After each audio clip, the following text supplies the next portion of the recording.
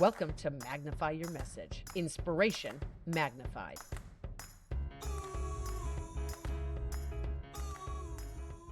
I think everybody's mission should be to pull people up. We all need to do that. And everybody needs to get involved in something. And you will find that your life is worth living. I don't care how old you are, if you're doing something to help other people. Welcome back to the Magnify Your Message podcast. I am thrilled to introduce you to today's guest, Stephanie Mann. Stephanie is a crime and violence protection consultant. She's the author of 5 groundbreaking books and the co-creator of the National Neighborhood Watch program. We've all seen that, right? In our own neighborhoods. She started by reducing crime in her Berkeley, California community by an astounding 48% without local police department involvement. She moved on to creating tools and programs and books, as I've said, that empower neighborhoods to take safety into their own hands. Stephanie has dedicated her life to making communities stronger, safer, and more connected. Look, you may have seen neighborhood watches in any neighborhood across the country, but did you ever stop to think, wow, who created this and when? This is the person.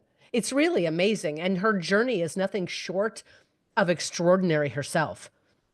She was abandoned in Mexico City at age 15.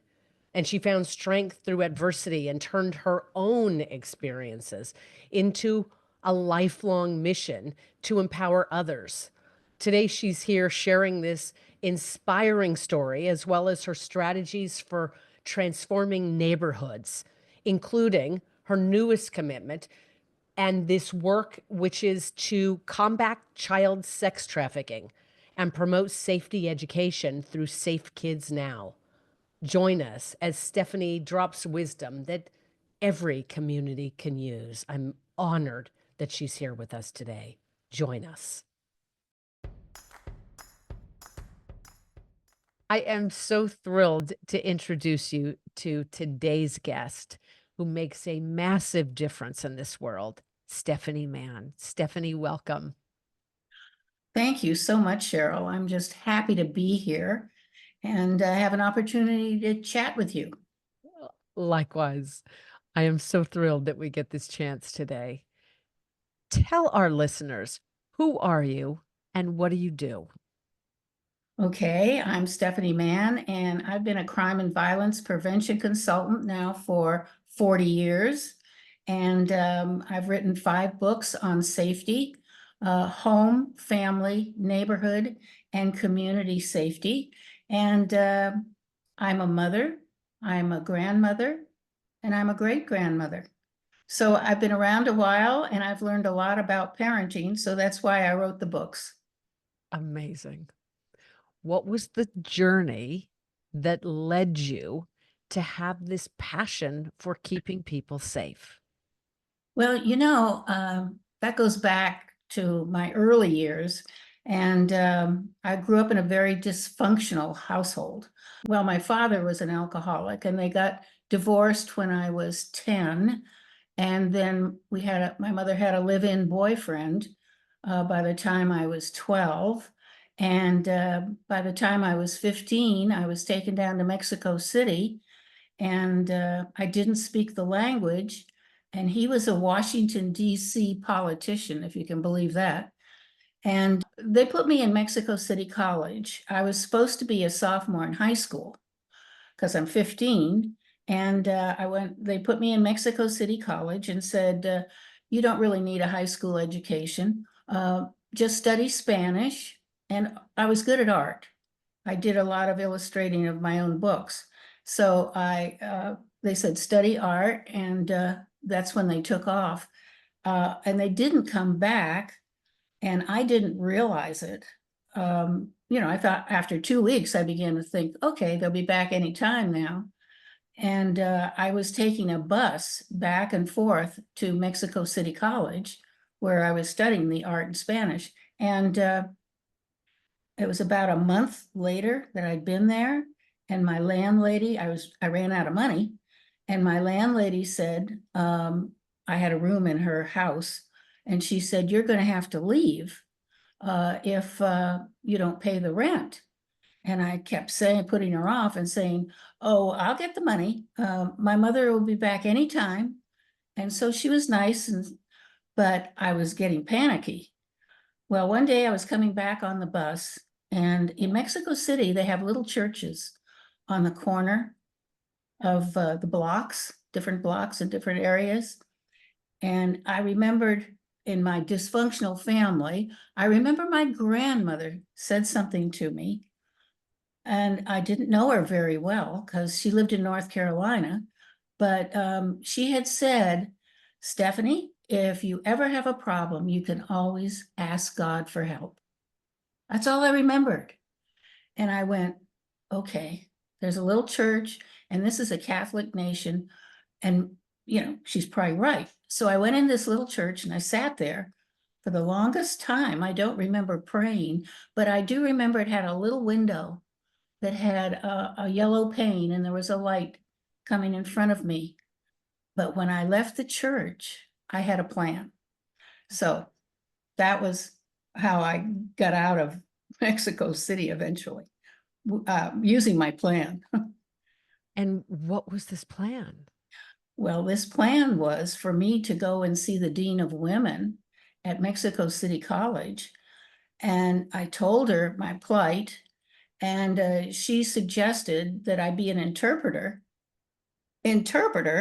for American tourists that came to Mexico City College. And I said, my Spanish is terrible. I've just been here a month and I can't do it. And she said, "Oh, don't worry about that. The tourists can't speak it at all. If you can speak any Spanish, you'll be fine." And that plan, part of my plan, didn't work at all. So I did take a few people out, and I learned about Chapultepec Castle, which is wonderful. So I would take them to the castle and show them around, and I read up on it a little bit. And but when I told them that I'd been deserted in Mexico City, I got big tips. So I figured that one out rather quickly.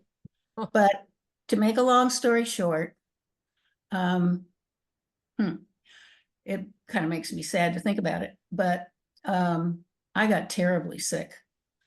I was so lonely. I didn't have anybody to talk to.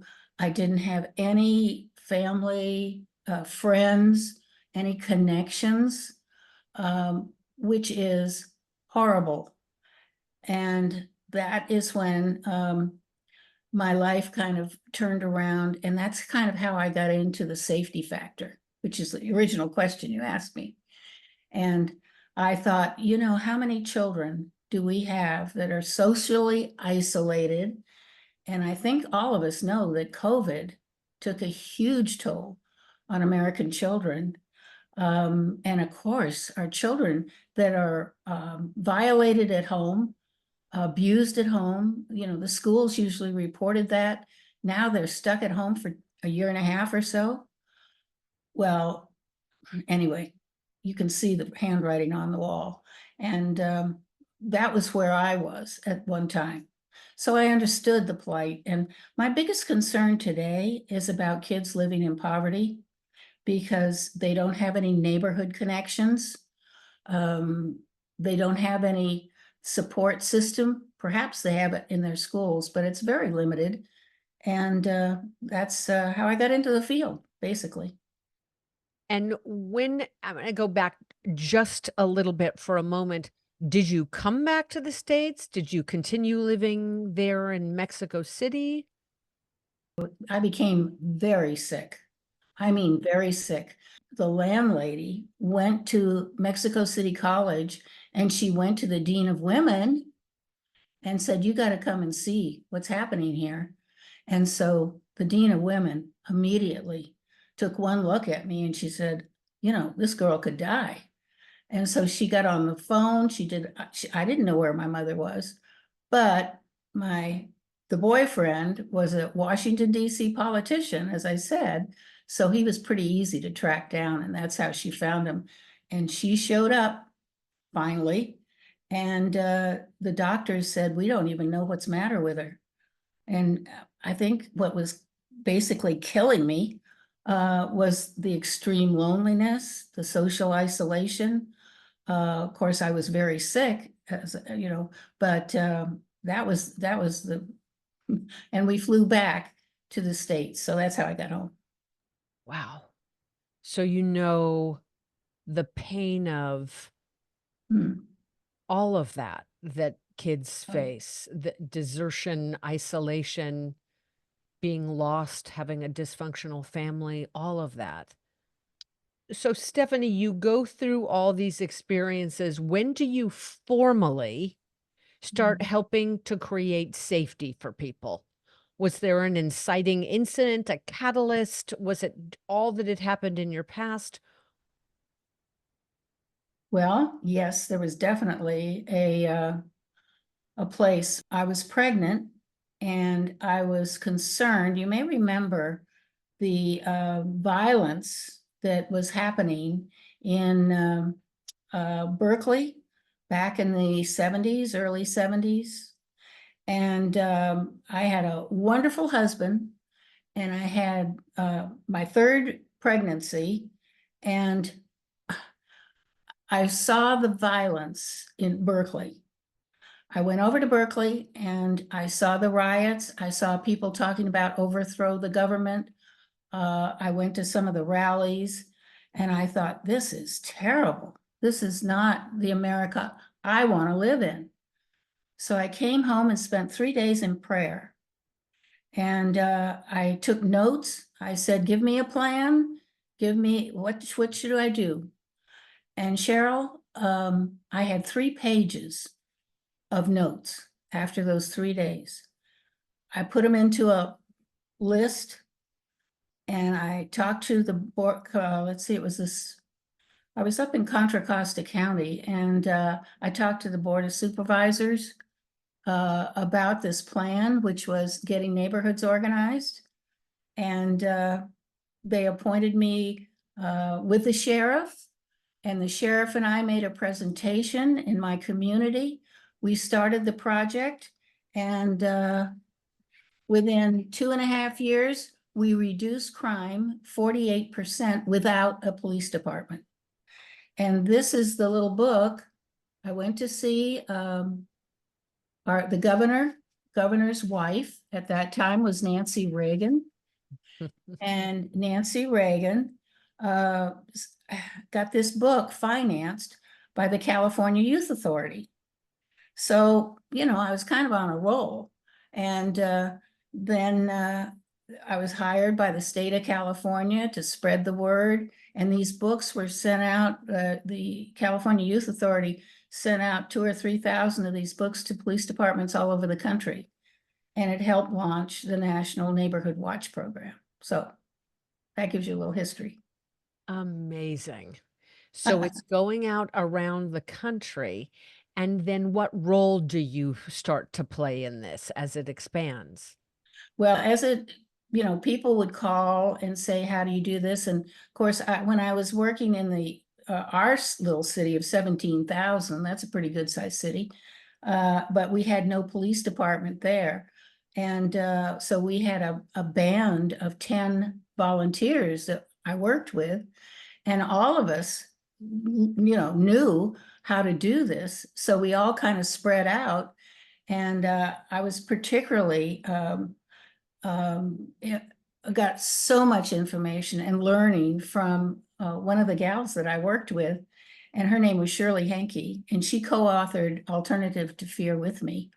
And but she taught me so much about how to work with people, how to negotiate, she was a school teacher. And so I just learned a lot from her.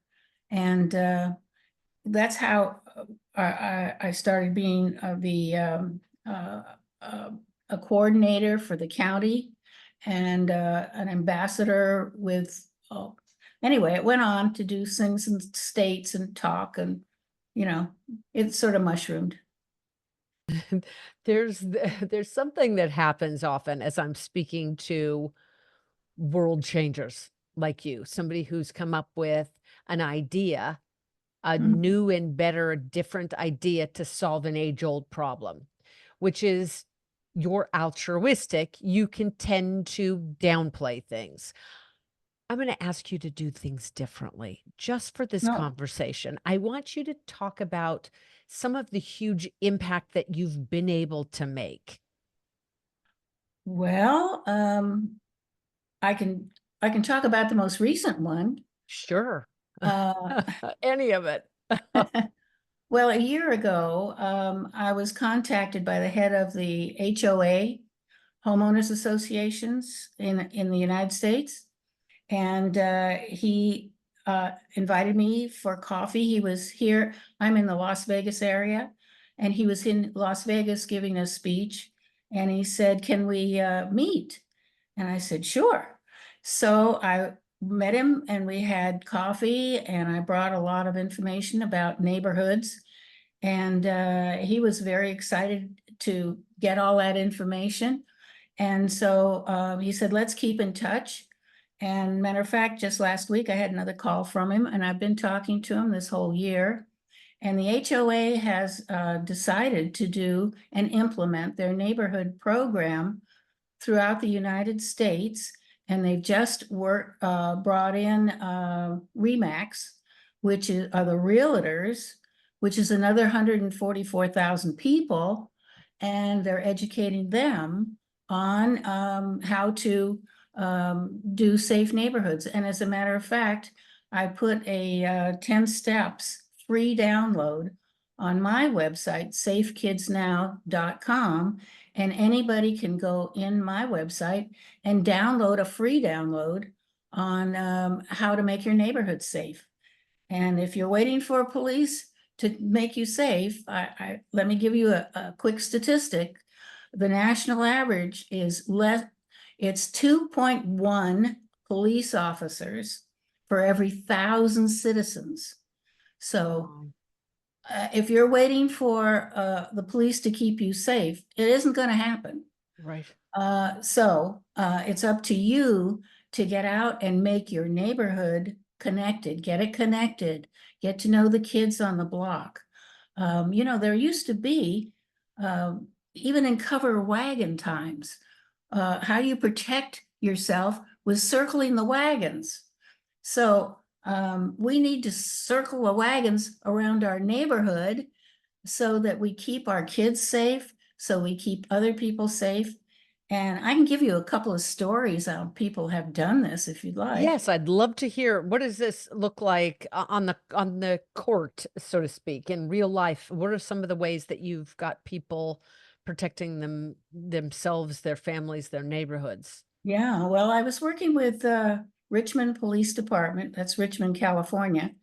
And one day, a woman by the name of Barbara came into our business, police, wasn't in the police department because we were kind of separate from them. But she came in and she was furious because she said, "I want our park across the street to be made safe. And the city council has just voted to put a fence all the way around it because they don't have the resources to stop the drug dealers who have taken over the park." And she said, "That's crazy. I've got children. I want a safe park for my kids to play." So we talked to her and we said, "Well, how about if you get your neighbors together and they go out and start playing chess, walking the dog, and start taking down driver's license numbers and taking down descriptions, time of day, and we will turn that information over to the police." But they can't do anything without information. They can't sit here and do what you guys can do as neighbors. And she said, "Oh, okay, well, let me try." And doggone if she didn't get a battery of people in rotation to go out and sit in the park, play chess, cut the grass, water the grass, and they were all taking notes on who was coming and going and the license numbers and the descriptions. And doggone if it didn't take 3.5 months. cleaned up the park. They cleaned up the park, and they were so excited that they went back to city council and they said, we have cleaned up Davis Park, and now we would like that money to be used for new swing sets and slide and for the kids. Their request was granted. That is That's the so power beautiful. of citizens. Oh, Stephanie, that is so heartwarming. So you've got this truly revolutionary idea for how we keep our communities safe.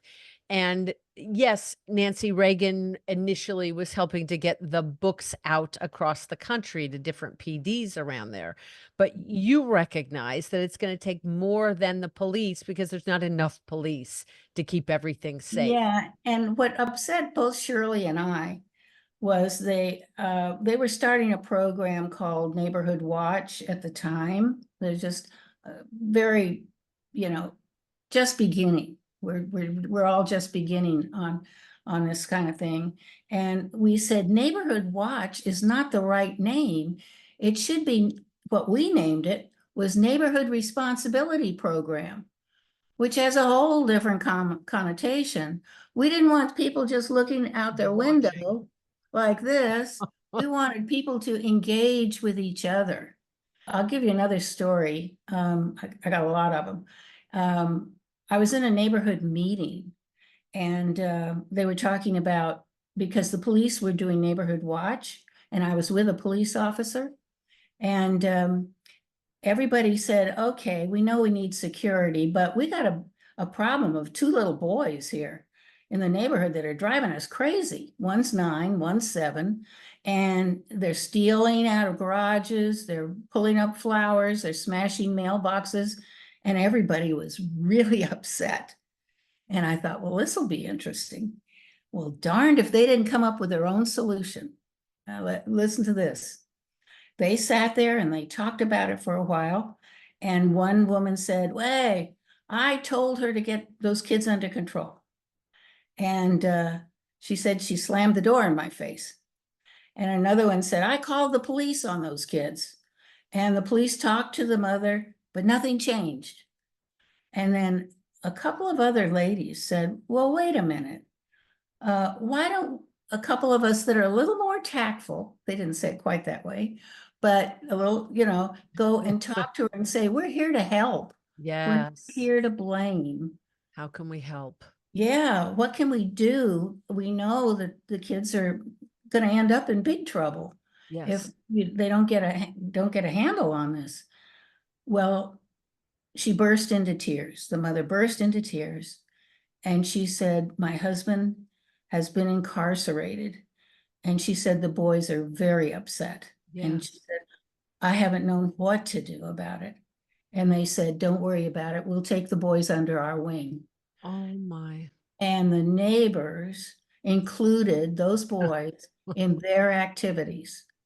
And I ran into her about 10 years later, and because I've been doing this a long time. Yes. And I said, "Well, how are the boys doing?" And she said, "Oh, you wouldn't believe it."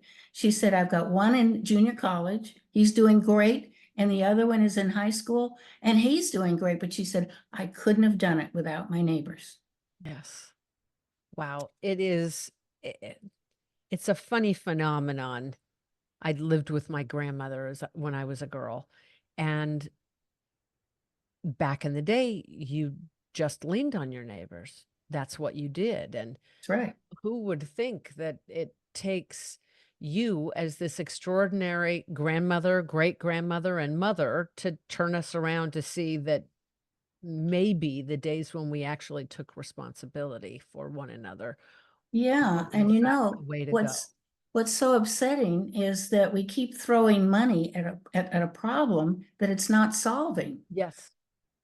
I mean, that $22 trillion that we spent, on poverty really should have been spent on what I would call, here's another step, neighborhood safety experts. These are people that look like the neighborhood, talk like the neighborhood, that are civilians, and that are trained and paid to go back into the neighborhood and help these high crime neighborhoods, because fear is a big problem. They're not going to do it without some help and support. And that's what I did. I went into these neighborhoods and worked and brought them together. And it wasn't just me. We expanded that program. We had 6 of us working in the whole county working on this, and we organized crime prevention groups in different cities. And they went on to do this, but it has to be supported. It has to be paid for. And if we're going to make a change, it's going to take, and it doesn't cost much. I mean, it's not like your $22 trillion. Right. It We sounds need, like the money could be far better spent. and it's so frustrating to see this over these years and say, you guys, and people are saying, take away the police. You can't take away the police or, downgrade the police until you empower the citizens. That's Yes, craziness. Stephanie, that is, it is an idea whose time has come. I would hope So so. let me ask, at some point, you decided that it was time to get this message out to a larger audience and that major media could help you with that. Right. Why did you think major media was the way to go? Well, I thought it was part of it. Okay. There are many fingers to anything. And I think media, and today you seem to need a celebrity, for heaven's sakes, to get your message out, because the media concentrates so much on all the negatives that are happening that a lot of people are living in fear just because of the media. They do not present what we all need to hear are some of the, and I have met the most amazing people in my business. I have a whole network of people that all should be interviewed of the amazing work they're doing. Here in Las Vegas, I'm working with child sex trafficking. It's a huge multi-billion-dollar business. Can you believe it? And our children are being, this is disgusting. And it has got to be stopped. But you're not going to get it stopped unless we do more for our citizens and empower them so they know how to take responsibility. So Stephanie, I hear what you're saying about the media, and a lot of times people will come to me and say, "But I don't like the media. It's so negative." And at the same time, one of the things that you've been able to do is share your positive work through the media, which is starting to your message and those like yours. I assert it's actually starting to transform the way media works. Let's hope Because so. it's also featuring it's also featuring stories of triumph, Mhm. stories that make a difference and an impact, and I've seen you do this time and time again through the media. What is some of the media, so you can share with those listening, what's some of the media that's featured you and your mission? Oh, boy. Well, I've been doing this a long time, so it's spotty. It's been some national, some local. On the website, I've got an interview I did with, oh my gosh, this goes back quite a ways. Anyway, Bill Moyers.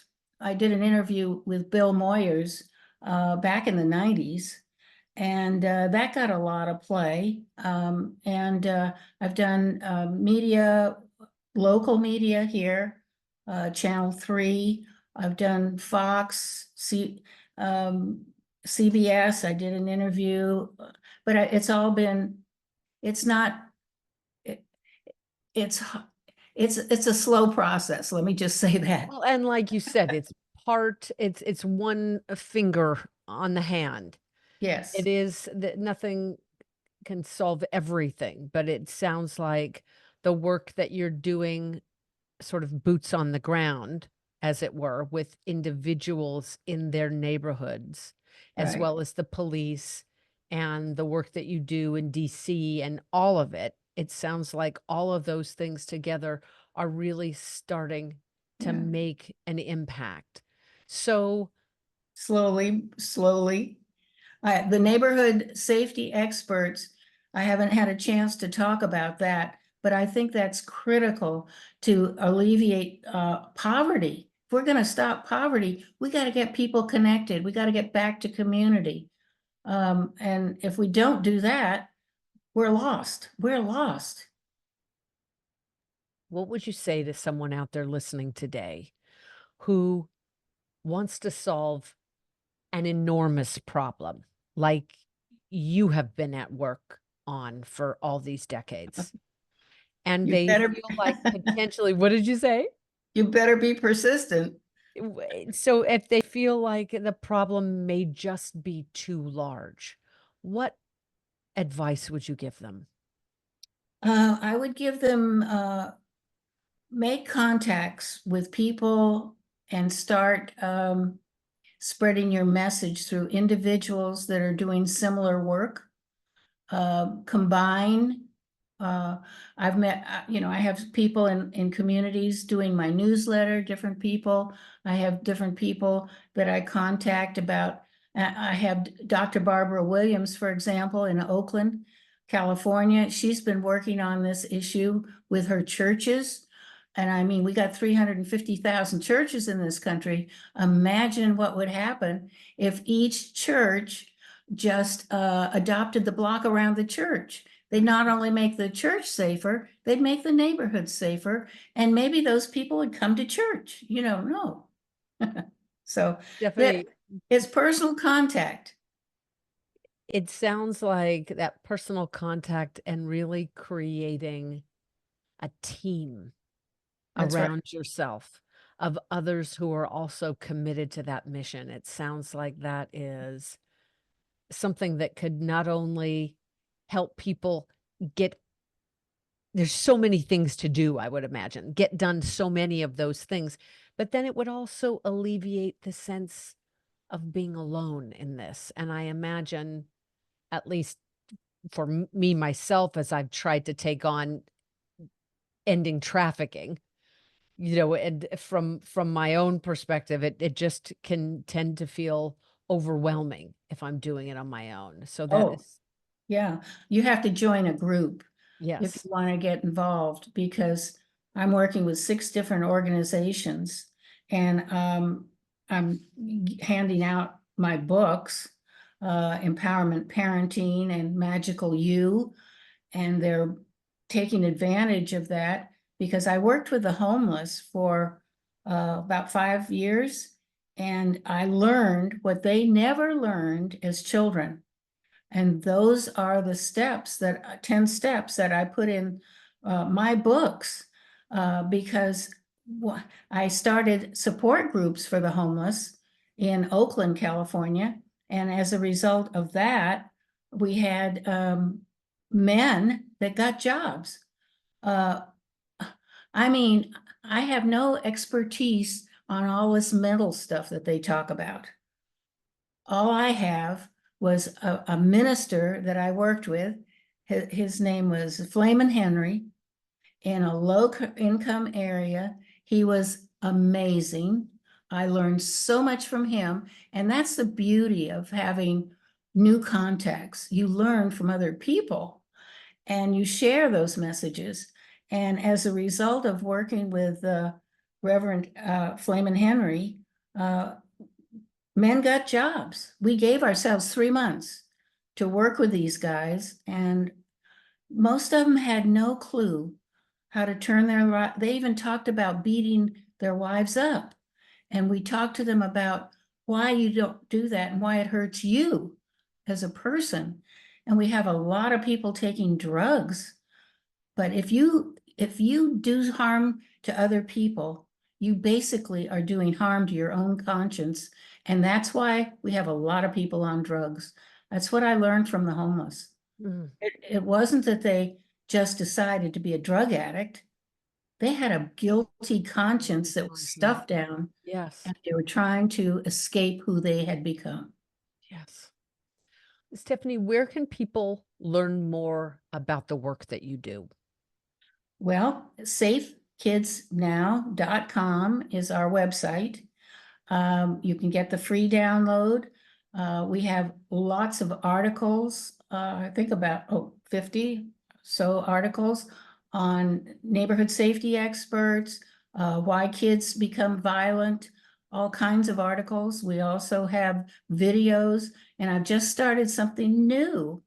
And it is, I'm putting out an avatar. The first avatar is up on the website right now, which you can go and see. Okay. Second one's made, but it'll be coming up pretty, I'm gonna try and put a new one up every 2 weeks. And then I've got one on bullies. I'll teach you how to handle bullies with a 6-year-old.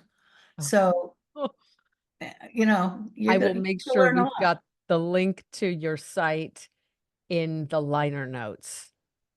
Thank you for being with us today and sharing your incredible journey and your beautiful story of challenge when you were a 15-year-old and how you've used it to benefit countless others. Well, I think everybody's mission should be to pull people up. We all need to do that. And everybody needs to get involved in something. And you will find that your life is worth living. I don't care how old you are, if you're doing something to help other people. Amen to that. Stephanie, it's lovely to see you again. Well, thank you so much, Cheryl. It's always fun to talk to you again, too. Thank you. Join me next week on another episode of the Magnify Your Message podcast, where I will be interviewing another groundbreaking, revolutionary thought leader in their field who is using their life's work to make a difference in the lives of the people they serve. I'll see you next time. If you enjoyed this, please like, subscribe, and share this episode with everyone that you feel it would benefit. Thank you in advance. And when you're ready to share your story and your work with the world, I can help. Visit CherylHunter.com to learn how. I am Cheryl Hunter, and until next time, know that your message has the power to change the world.